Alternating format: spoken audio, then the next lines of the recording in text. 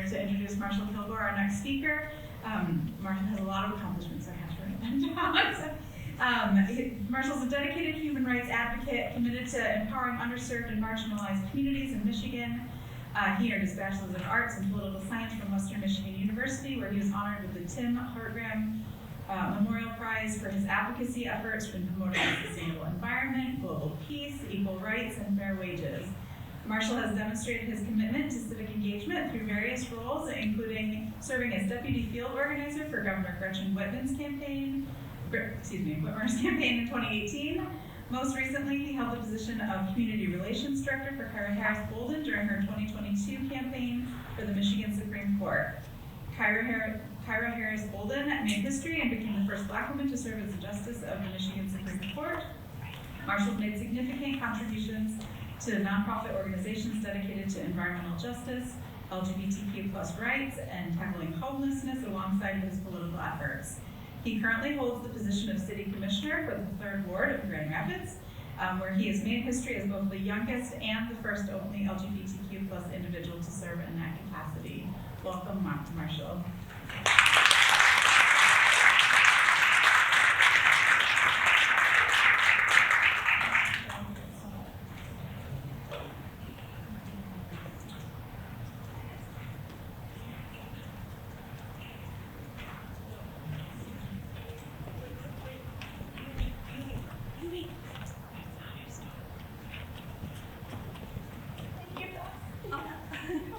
It's in a second. Is it this one?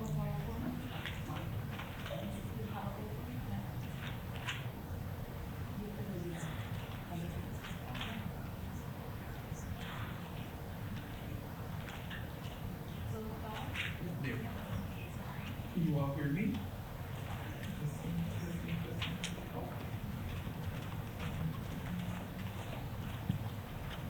There we go. There we are.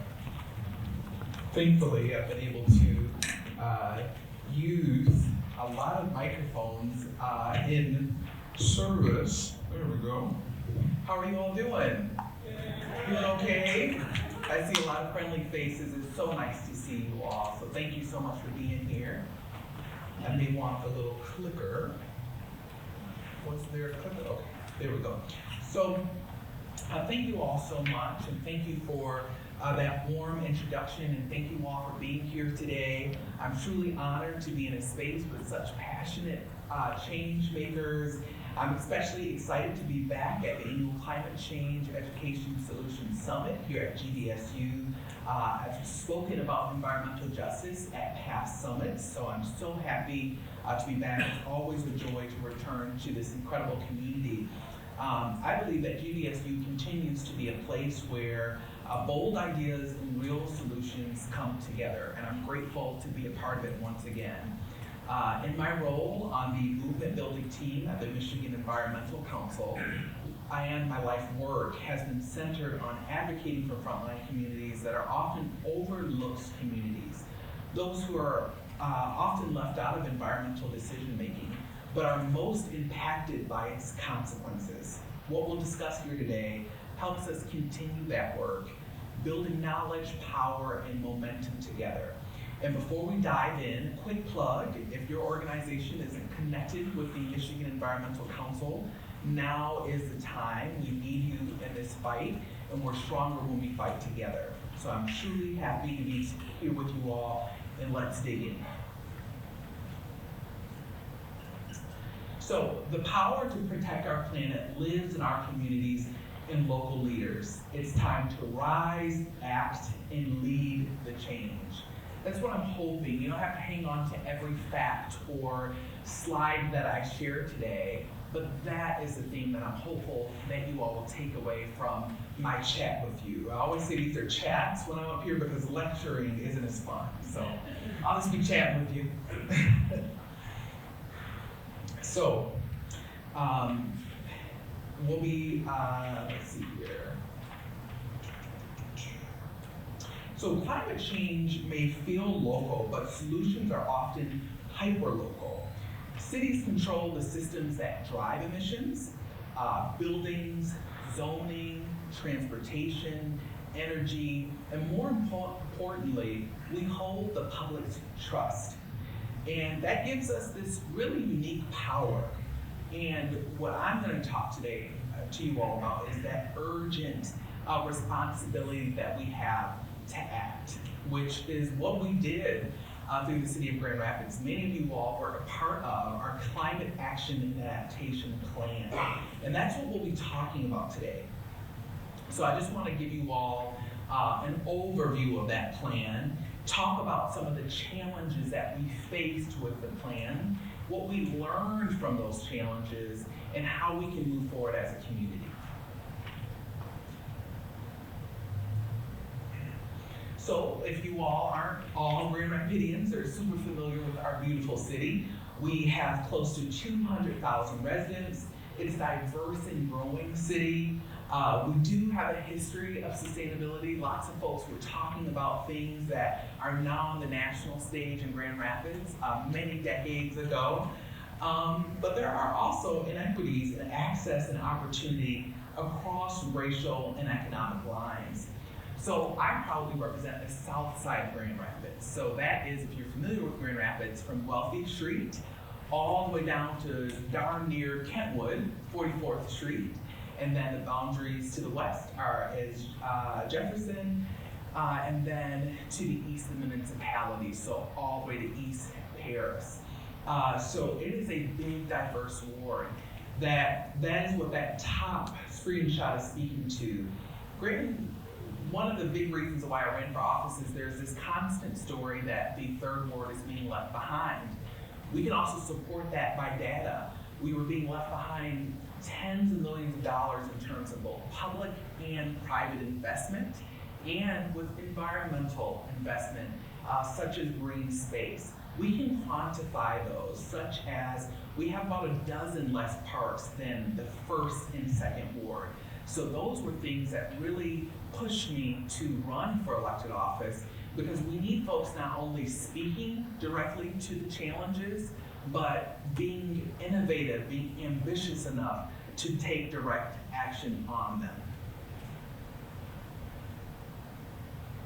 So so the Climate Action Adaptation Plan had a long process, as I said, over 2 years. This is equity centered.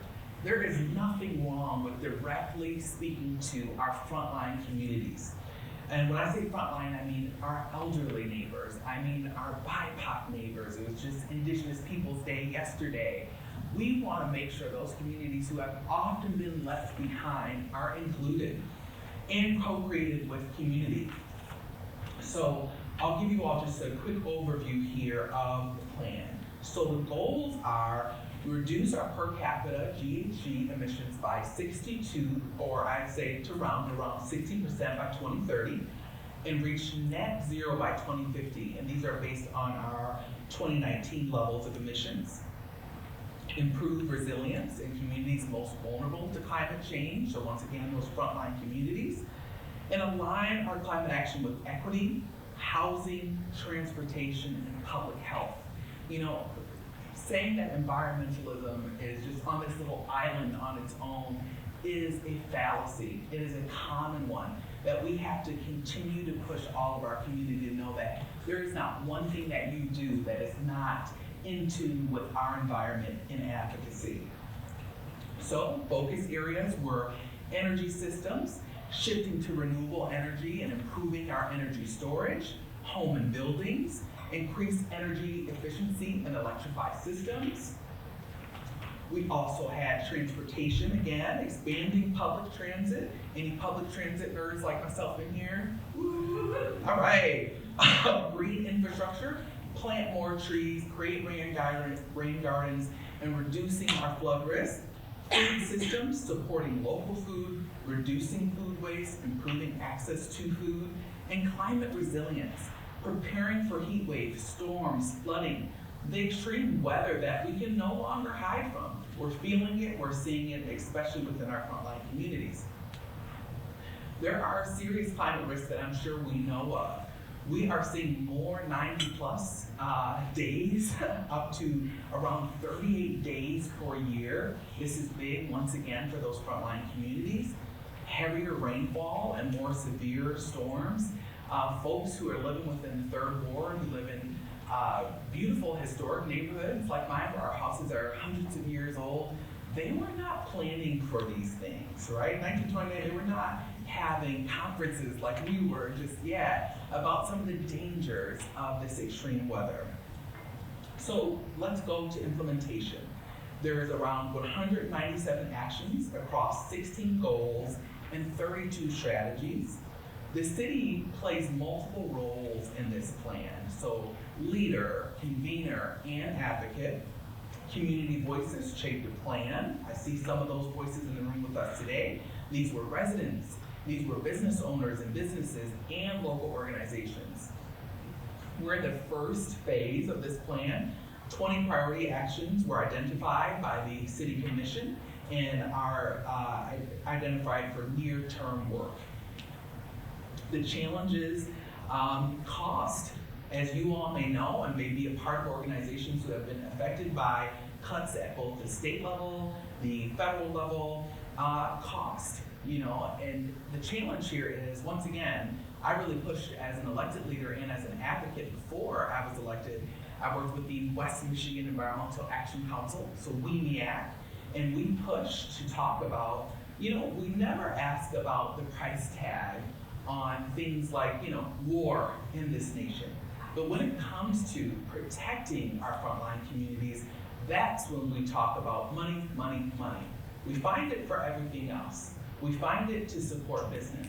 We also need to find it to support environmental advocacy, because that will support business. It will support our community. So there were also concerns about the impact on housing and small business. And what we ended up in the end is focusing on collaboration over mandates. And we'll get into that later on in our presentation. But that was just a general overview. Now let's get into the nitty-gritty of some different parts of the plan here.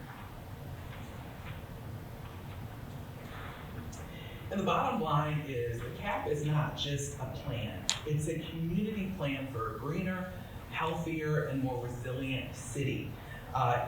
It's gonna take bold steps and big partnerships to bring this to life. So I'm really happy to be chatting with you all about it.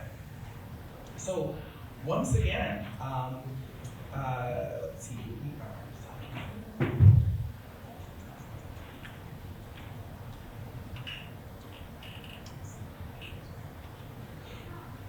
So we had more than 100 meetings and forums and surveys.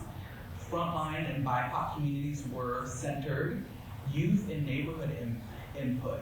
So once again, when we talk about big plans, when we talk about action as city leaders or elected leaders, we often bring in the big dogs. We bring in the big businesses. We bring in the other elected officials from other parts of the state. We bring in all the adults who maybe are ready to retire, maybe are even going to be within the community within the next few decades, but we often leave out the youth. That was a beautiful thing to see. I want to give props to Annabelle Wilkinson and all of our Office of Sustainability and all of the city staff who worked really hard to make sure we were casting our net very wide on who informed this plan.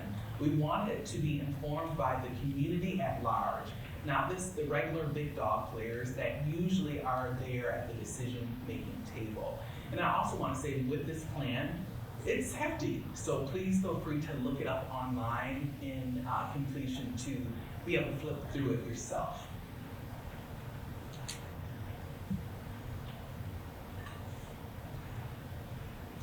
So yeah, we knew we weren't going to be able to do this plan without the people, and we dig deep and we dug deep and really focused on having lots of meetings about this. So, of course, bold plans don't pass quietly. We opened up the draft for public comment over, a good portion, nothing to sneeze at. Those responses included opposition or concern. Businesses warned of new costs. The chamber said we were overreaching as elected officials, that we could not, pass a plan like this. Some critics call this plan virtue signaling. Others feared it was a slippery slope to mandates or taxation.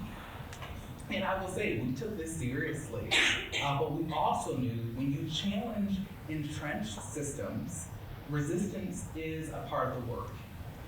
We made some clarifying changes, but stayed firm on equity, ambition, and accountability. So what that means is, you have folks who were really scared that this would cost more on our small businesses. We want to help our small businesses. We want to help everyone who does business in the city of Grand Rapids. But we also want to focus on the people. No one can support your small business if they can't breathe the air on the way there. No one can support your small business or any business within Grand Rapids if all of their money, all of their income has been used on their bills. We know there's lots of folks in the room who are organizing on utility accountability right now and the hikes that we're seeing from them. Some Michiganders are spending 30% of their income on their utilities. So after they pay for the utilities to literally stay alive, heat themselves or cool their home, pay their bills, what is left, right? And with extreme weather, flood comes through, and paying for all of the remediation for that, how are people going to, what's going to be left over to support our local economy anyway? So once again, trying to further highlight how intertwined we all are with the business community, with transportation, with our community at large. Environmental advocacy should be present. So the biggest thing is there's no punitive measures within this document. This is our values. Some folks said virtual signaling, but especially in the times that we are, when we look to the state, when we look to the federal government, this is a time to be very clear on where are your values? Where do you stand? Whether you're a small business, whether you're a person within the community, or an elected official, or an elected body, as in the Grand Rapids City Commission, folks do want to know right now, where do you stand? So this was a very good opportunity for us to show the community at large exactly where we stand, which is we're going to center frontline communities, and climate cannot wait. That's where we stood, and I'm happy that I was able to be a part of that.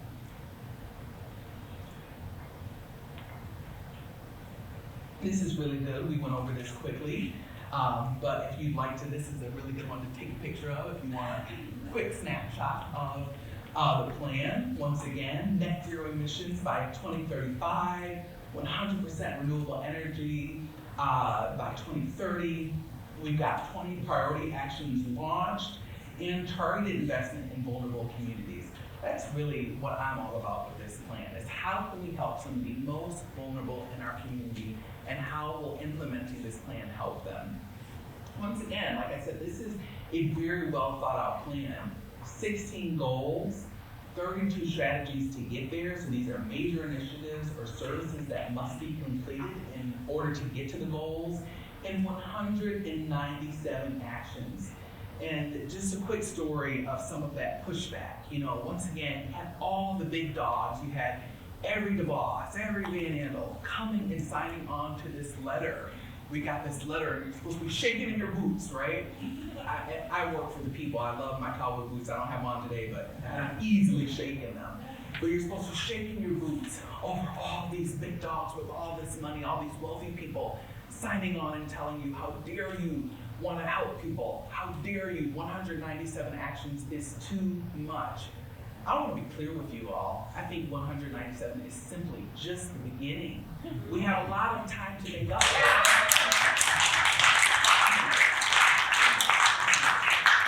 We have a lot of time to make up here, folks. And I'm preaching to the choir, but these folks, it's like, where have you folks been? When you all, this is beautiful in a way, right? That you all are locking arms and standing together as a community. But once again, as I've stated multiple times, we need folks to lock arms together to make sure we have a true future that we all can thrive in. This is not the time to only think about your pocket. This is not the time to only think about your household. We are intertwined, and we have to be thinking of ways that we can make a future where we can all thrive. So 197 actions, it sounds like a lot because, quite frankly, government does so little. Oops. Got too excited. There we go. So some lessons from that. Once again, it was not all bad. I'm thankful for those folks giving their feedback, being engaged, because once again, we make a lot of decisions in City Hall where not enough people come out, where not enough folks are engaged, where thankfully they've entrusted us to be a representative of our community, but we want you there. We want you there at the decision-making table. It taught us where fear lives. That was a big part of this. Fear of change for community is deep, it's real, and it showed us that we need to frame this work not as a punishment or a cost, but as investment. These are investments that we're pushing for. These are opportunities and justice. Once again, long overdue work that we are thankfully doing now.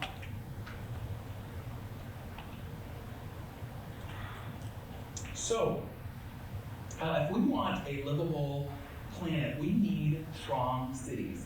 And right now, we need strong local climate leadership more than ever. We're seeing serious cuts to environmental funding both at the federal and state levels. In local government, we're being left to pick up pieces. Where Grand Rapids, we're ahead. We've been doing this work for decades, but a lot of local governments, folks, we've got 83 counties. There's not many counties within the state out of the 83 who have even begun climate action work locally. At the federal level, there have been proposals to cut $84 million in EPA clean water support for Michigan. That means fewer resources for communities already struggling with water access and outdated infrastructure. At the state level, Michigan's new budget for 2026 nearly cut $90 million from the Department of Environment, Great Lakes and Energy, Eagle. That is over less than 30% investment. So, 38 million slashed from water infrastructure projects. There was a proposal to eliminate over 240 Eagle staff positions, including more than 100 roles that focus directly on water quality and public health. And more broadly, 200 million gutting of our environmental protections that so many communities rely on. So once again, our values are important. The state and federal government sadly are showing us that their values aren't in it. So we needed the cap. We needed to show locally as the second largest city in the state that this investment can still be done. These environmental protections can still be done locally. Now, the state passed their budget, so those were projected cuts, so I don't know what they got to with Eagle, but either way, the projected cuts, what one party wanted to do was to basically make this department where it couldn't act, where it couldn't continue to do this life-saving, meaningful work that we need them to continue to do. This creates an urgent situation because when state and federal systems pull back, local governments have to fill the gap. And they can't do it without support. But here's the good news. The local action is happening through the cap, and it's working. Since 2008, the city has cut municipal carbon emissions by 30%, and it's aiming to have nearly 50% reductions by 2025 this year. We've installed a major solar array as well at the water filtration plant, and the city is actively working to replace our lead service lines. We're doing really good on that. We are almost 80% complete with that. Through green infrastructure projects, Grand Rapids has captured and infiltrated more than 9 million gallons of stormwater, helping protect water quality and reduce flooding. So we're doing the work, and we'll continue to need support from our community and folks like yourself to prop it up, to talk to your neighbors, to be out in the community and tell people how important this work is.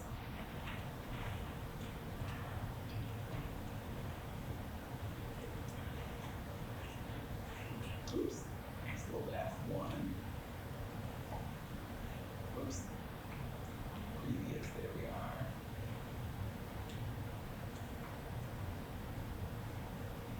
So, These are real and tangible wins, and it shows what's possible when local leaders are trusted, resourced, and empowered to act. But we can't do this alone. Local power needs partnership with nonprofits, grassroots, organizations, philanthropy, and yes, even our state and federal agencies when they want to be of service. And when they're ready to come back to the table, we will be here for them. And I want to end with, once again, the feeling why I do this work is climate justice is racial justice. The impacts of climate change are not felt equally, and the fight for a livable future must center the communities hit first and worst. Local action will fuel global change. So what we do in our cities and our neighborhoods can ripple outward. That's the hope, but only if it's done with urgency. Because delay doesn't just slow progress, it costs lives. So we don't have to wait for solutions, they're already here, and so are the leaders. What we need now is the courage to act boldly, collectively, and without hesitation. And that's what we're here at this summit for, so thank you for being here. I'm hopeful that we've got time for questions and to dig in a little bit more and to hear from you all. Thank you again. Encourage your local leaders to act locally and think globally on how their local actions can inspire global change. Thank you so much.